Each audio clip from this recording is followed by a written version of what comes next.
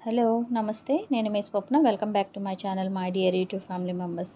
ఈరోజు ఒక మంచి వెరైటీ బ్రేక్ఫాస్ట్ అండ్ స్నాక్స్ రెసిపీతో మేము ముందుకు వచ్చేసానండి. మరి ఈ బ్రేక్ఫాస్ట్ స్నాక్స్ రెసిపీ మీరు ఈ ఐటెంతో చేశారా లేదా నాకైతే తెలియదు.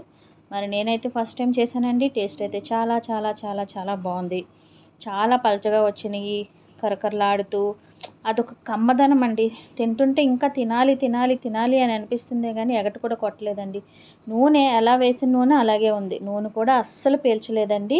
మీరే చూడండి ఎంత సాఫ్ట్గా, ఎంత క్రంచీగా, ఎంత పల్చగా ఉన్నాయో. చాలా చాలా బాగున్నాయండి. వేడి వేడి మీద అయితే వేసిన వాయి వేసినట్టే తినేశారండి మా వాళ్ళైతే. అంత బాగున్నాయండి టేస్ట్ అయితే. మీరు కూడా ఒకసారి ట్రై చేయండి. కొత్త రకం బ్రేక్ఫాస్ట్ అండ్ స్నాక్స్ రెసిపీ. ఇప్పుడైతే మనం వీడియోలోకి వెళ్ళిపోదామండి. ఈ రెసిపీ చేసుకోవడానికి నేను ఒక పావు కేజీ కాబోలి శనగలు అయితే తీసుకున్నానండి. వీటిని మార్నింగ్ అయితే నానబెట్టాను, ఈవినింగ్ అయితే స్నాక్స్ కింద చేసుకోవచ్చని. చూసారు కదా ఎంత చక్కగా నానిపోయో. మీరు ఇలా నొక్కితే మనకి మెత్తగా అయినట్టు ఉండాలండి. ఈ విధంగా నానిపోవాలి. ఇప్పుడు దీన్ని చక్కగా కొంచెం అంత నీళ్లు వేసేసుకొని మెత్తగా రుబ్బుకోవాలి. చూసారు కదండి ఈ విధంగా మెత్తగా రుబ్బుకోవాలండి. ఎంత సాఫ్ట్గా వచ్చింది చూసారా. ఈ విధంగా ముద్దలా ఉండాలి. పలచగా అయితే అస్సలు ఉండకూడదు. ఇప్పుడు ఇందులోని నేను ఒక మీడియం సైజు ఉల్లిపాయలు, 2 ఉల్లిపాయలు కట్ చేసుకున్నానండి. వాటిని చిన్న చిన్న ముక్కలు కట్ చేసుకున్నాను. ఒక 10 పచ్చిమిరపకాయలు ఈ విధంగా ముక్కలు చేసుకున్నాను. వీటన్నిటిని కూడా ఇందులో వేసేసుకుంటున్నాను. అలాగే కొంచెం అంత కొత్తిమీర తరుగు వేసుకోండి. కావాలంటే కరివేపాకు కూడా వేసుకోవచ్చు. 2 స్పూన్లు జీలకర్ర వేసుకోవాలండి. రుచికి సరిపడా ఉప్పు కూడా వేసేసుకొని దీన్ని అంతటిని బాగా కలుపుకోవాలండి ముద్దలాగా. ఇదంతా ముద్దలా కలుపుకొని ప్రక్కన పెట్టేసుకున్న తర్వాత డీప్ ఫ్రై సరిపడా ఆయిల్ స్టవ్ మీద పెట్టుకోవాలి. ఆయిల్ అనేది హీట్గా ఉండాలండి. నేను డీప్ ఫ్రైకి సరిపడా ఆయిల్ అయితే పెట్టేశానండి. ఆయిల్ అయితే హీట్ అయిపోయింది. ఇప్పుడు వీటిని గారెల్లో ఒత్తుకోవాలి. అది ఎలా ఒత్తుకోవాలని చూపిస్తాను. చేతిలోని ముద్దని కొంచెం తీసుకొని ఈ విధంగా పలచగా ఒత్తుకోవాలండి. చేతికి నూనె కానీ నీళ్ళు కానీ రాసుకొని ఈ విధంగా పలచగా ఒత్తుకొని కడాయికి ఎన్ని పడతాయో అన్ని వేసుకోవాలి. వేసుకునేటప్పుడు హై ఫ్లేమ్లో పెట్టుకోవాలండి.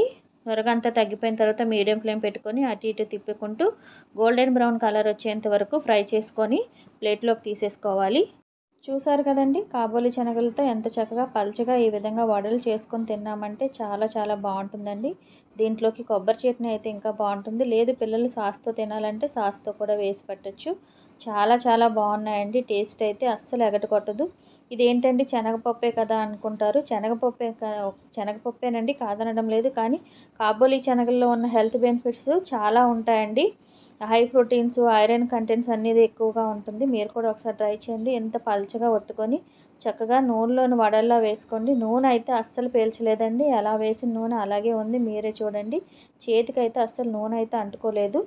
టేస్ట్ కూడా చాలా బాగుందండి. పైన క్రంచీగా, లోపల కరకరలాడుతూ శనగపప్పు గారెల కన్నా చాలా బాగుందండి ఇవి కాబోలి శనగలతోని గారెలు. పిల్లలు చాలామంది శనగలు తినడానికి ఇష్టపడరండి. ఈ విధంగా పలచగా వడలు అయితే చేసి పెట్టండి. చాలా ఇష్టంగా తింటారు. కొత్తగా కూడా ఉందండి టేస్ట్ అయితే. మరి నేను చేసిన ఈ కాబోలి శనగలతో గారెలు మీకు నచ్చినట్లయితే ప్లీజ్ నా ఛానల్ని లైక్ చేసి, షేర్ చేసి, సబ్స్క్రైబ్ చేయండి. బెల్ ఐకాన్ ప్రెస్ చేయండి. నా న్యూ రెసిపీస్ నోటిఫికేషన్స్ అనేవి మీకు వస్తాయండి. నన్ను నా ఛానల్ని ప్లీజ్ దయచేసి సపోర్ట్ చేయమని కోరుకుంటున్నానండి. సబ్స్క్రైబ్ చేస్తున్నారు, మళ్ళీ అన్సబ్స్క్రైబ్ చేసేస్తున్నారండి. నన్ను నా ఛానల్ని సపోర్ట్ చేయమని కోరుకుంటున్నానండి. మరొక కొత్త రెసిపీతో అయితే మరలా మేము ముందుకు వస్తాను. అంతవరకు సెలవు. నమస్తే. నేను మీ స్వప్న.